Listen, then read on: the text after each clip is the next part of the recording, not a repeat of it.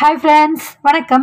இன்னைக்கு நம்ம today is good day சேனல்ல என்ன பார்க்க போறோம் அப்படின்னா அட்வான்ஸ் ஹிந்தி டிப்ளமோ கோர்ஸினுடைய kit 3 Bharatiya Sanskriti last lesson.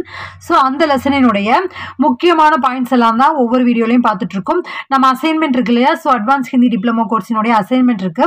அதில் வந்து கேட்கப்பட்டிருக்கிற கேள்விகள் எல்லாம் இருக்கு.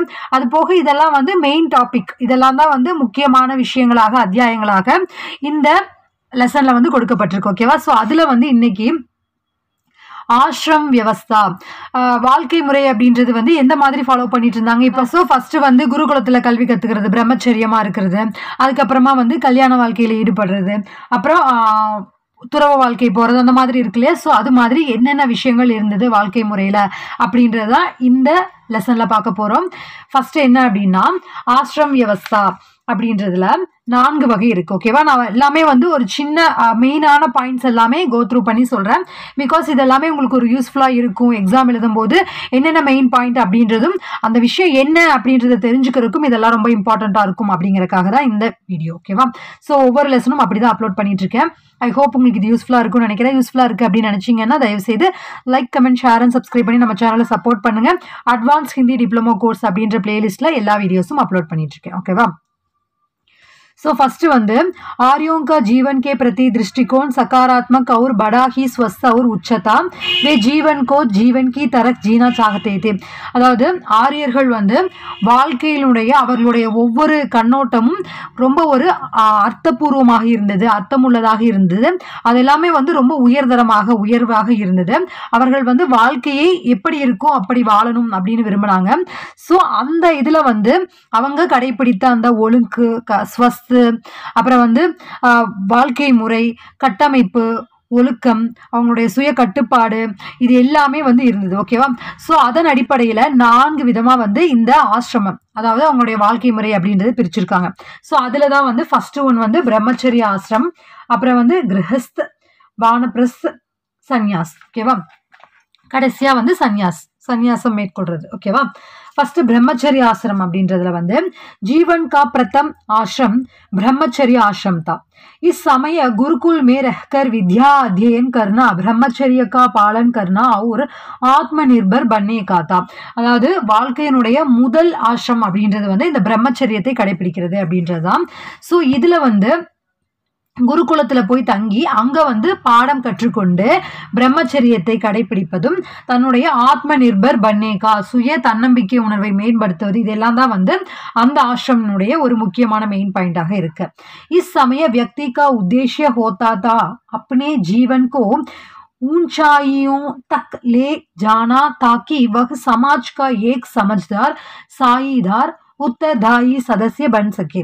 அதாவது இந்த காலத்துல அவனுடைய ஒரு படிக்கிறான் அப்படின்னா அந்த பிரம்மச்சரியத்தை மேற்கொள்ளக்கூடியவனுடைய எண்ணம் எப்படி இருக்கும் அப்படின்னா, ஒரு நோக்கம் அப்படின்றது என்ன அப்படின்னா, வாழ்க்கையை வந்து உயர்ந்த நிலையை அடையணும் மற்றும் சாமாஜ்கா ஏக் சமஜ்தார் சாயேதார் உத்தர்தாய் அப்படின்னா சமூகத்துல ஒரு அறிவார்ந்த மாணவனாக, அறிவார்ந்த ஒரு மனிதனாகவும், ரொம்ப ஒரு சமூக பொறுப்புள்ள ஒரு மனிதனாகவும் இருக்கணும், சமூகத்துக்கு தேவையான அந்த விஷயங்களை எல்லாம் கடைபிடிக்கணும் அப்படின்ற விஷயங்கள் எல்லாம் தான் இந்த குருகுல கல்வியில மேற்கொள்ளப்பட்டது.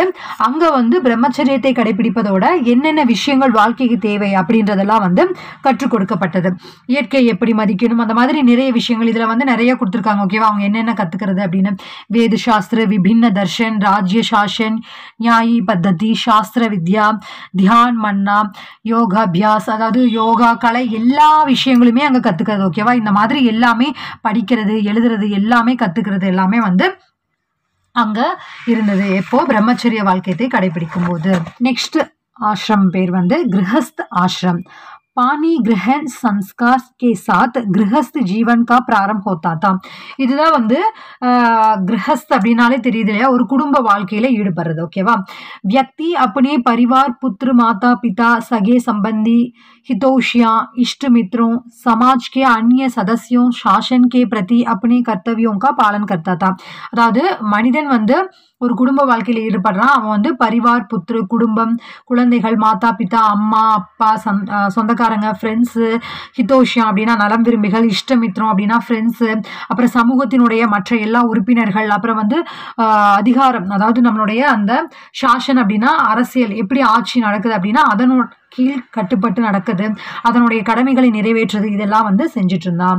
ஸ்திரீகா ரக்ஷா, சந்தான் பிராப்தி, அதாவது வந்து ஒரு குடும்ப வாழ்க்கையில ஈடுபடுறது தான் வந்து இந்த கிரகஸ்த் ஆசிரம் அப்படின்றது பேர்லேயே வந்து இருக்கு இல்லையா. ஸோ இது வந்து ரொம்ப ரொம்ப 4 ஆசிரம்லையும் வந்து இது ரொம்ப ரொம்ப முக்கியமான ஒன்று அப்படின்னு சொல்றாங்க. இதுல வந்து அவனுடைய நோக்கம் அப்படின்றது அந்த சமூக வாழ்க்கையில் அவன் ஈடுபடுறான் இல்லையா, அதனுடைய கடமைகள் எல்லாம் அவன் பூர்த்தி பண்றது தான் இந்த கிரகஸ்த் ஆசிரம் அப்படின்றது. அடுத்து வானப்பிரஸ்த் ஆசிரம். இதுல வந்து यह मनुष्य के जीवन का तीसरा सोपान था। यह काल मनुष्य के गृहस्थ कार्यों के अवकाश लेकर गृह परिवार का मोह त्याग कर वन में एकांत जीवन बिताता। அதாவது இது வந்து 3வது நிலை, தீஸ்ரா சோப்பான் அப்படின்னா 3வது நிலை. இதுதான் வந்து மனிதனுடைய வாழ்க்கையில 3வது ஒரு அத்தியாயமாக இருக்கு. இந்த காலத்துல மனிதன் வந்து அவன் வந்து ஒரு குடும்ப வாழ்க்கையில ஈடுபட்டிருந்தான் இல்லையா, கிரகஸ்த் அப்படின்னா குடும்ப வாழ்க்கையில ஈடுபட்டிருப்பான். ஸோ அதுல இருந்து அவன் வந்து ஓய்வு எடுத்து அதுல இருந்து விடை பெற்று வன் அப்படின்னா காடுகள்ல வந்து தனியாக இருந்து அங்க அவனுடைய வாழ்க்கைகளை கழிப்பதுதான் வந்து இந்த கிரகஸ்த ஆசிரம் அப்படின்றது. ஸோ அவன் வந்து இப்போ என்ன மாதிரி நிலைமையில இருப்பான் அப்படின்னா, அப்பனே தத்தா ஜன் சாமானியக்கே கல்யாண், தனக்கு மட்டும் இல்லாம தன்னோட இருக்கக்கூடிய உலக மக்கள் எல்லோருக்குமே வந்து நன்மை பயக்கக்கூடிய விதத்துல இருக்கணும் அப்படின்றதா வந்து இந்த டைம் அவன் வந்து கழிப்பான் அப்படின்னு சொல்றாங்க. அதுதான் வந்து வானப்பிரஸ்த ஆசிரம். அடுத்து லாஸ்ட் சந்நியாஸ் ஆசிரம். வானப்பிரஸ்த ஆசிரம் கி அவதி के बाद व्यक्ति संन्यास आश्रम में प्रवेश करता था. அதாவது வானப்பிரஸ்த ஆசிரம் 3rd ஒன்று இருக்கு இல்லையா, ஸோ அது முடிஞ்சதுக்கு அப்புறம் ஒரு மனிதன் அப்படின்றவன் இந்த சந்நியாச துறவு வாழ்க்கையில வந்து பிரவேஷ் கர்த்தாத்தா என்ட்ரி ஆகிறான். ஸோ அவனுடைய வாழ்க்கையில இப்போ இந்த டைமையில ராக், துவேஷ், மாயா, மோக், அப்னே, பராக் கா பேத் நஹி கர்த்தா. ஸோ இந்த டைம்ல அவனுடைய வாழ்க்கையில கோபம், வெறுப்பு, மாயை, மோகம், ஆசை, அப்புறம் பிறருது அப்படின்ற எந்த வேறுபாடும் இல்லாம கட்டோர் தப்பு சாதனாமே லீன் மோக்ஷா, ஒரு கடுமையான தப வாழ்க்கையை மேற்கொண்டு மோட்சத்தை அடையணும் அப்படின்றத அவனுடைய உத்தேசியமாக இருக்கு அப்படின்றாங்க. ஸோ இந்த டைம்ல தான் வந்து மானவ் சமாஜ் கி நஹி வரன் பிராணி மாத்திருக்கி சேவாமே லகு ஜாத்தா. இந்த டைம்ல வந்து முன்னாடி நம்ம என்ன பார்த்தோம் வானப்பிரஸ்ல, அதாவது வந்து தனக்காக மட்டும் இல்லாம பிறருக்காகவும் இருக்கிறது அப்படின்றது. இந்த டைம்ல வந்து தனக்காக மட்டும் இல்லாம பிறருக்காக இல்லாம உலக உயிர்களுக்காக அதனுடைய நலனுக்காக வாழ்வது, காலத்தை கழிப்பது அப்படின்றதா இந்த சந்நியாஸ் ஆசிரம் அப்படின்றது. அவ்வளவுதான் வந்து 4 ஆசிரம் அப்படின்றது.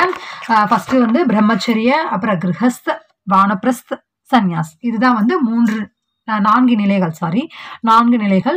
ஸோ இந்த லெசன் வந்து உங்களுக்கு யூஸ்ஃபுல்லாக இருக்கும்னு நினைக்கிறேன். இதே போல் ஒவ்வொரு வீடியோஸ்லையும் நான் போடுற விஷயங்கள் எல்லாம் உங்களுக்கு யூஸ்ஃபுல்லாக இருக்குது அப்படின்னு நினச்சிங்கன்னா தயவுசெய்து லைக் பண்ணுங்கள், மறக்காமல் சப்ஸ்கிரைப் பண்ணிக்கோங்க. நிறைய பேர் வந்து சப்ஸ்கிரைப் பண்ணாமே பார்த்துட்டு இருக்கீங்க. ஸோ தயவுசெய்து சப்ஸ்கிரைப் பண்ணிட்டு பாருங்கள்.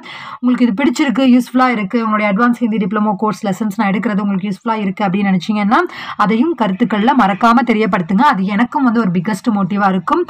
ஐ ஹோப் எல்லாருமே பண்ணுவீங்க அப்படின்னு நம்புறேன். மறக்காமல் சப்ஸ்கிரைப் பண்ணிக்கோங்க. ஓகே ஃப்ரெண்ட்ஸ், எல்லோருக்குமே ஆல் தி பெஸ்ட். பாய்.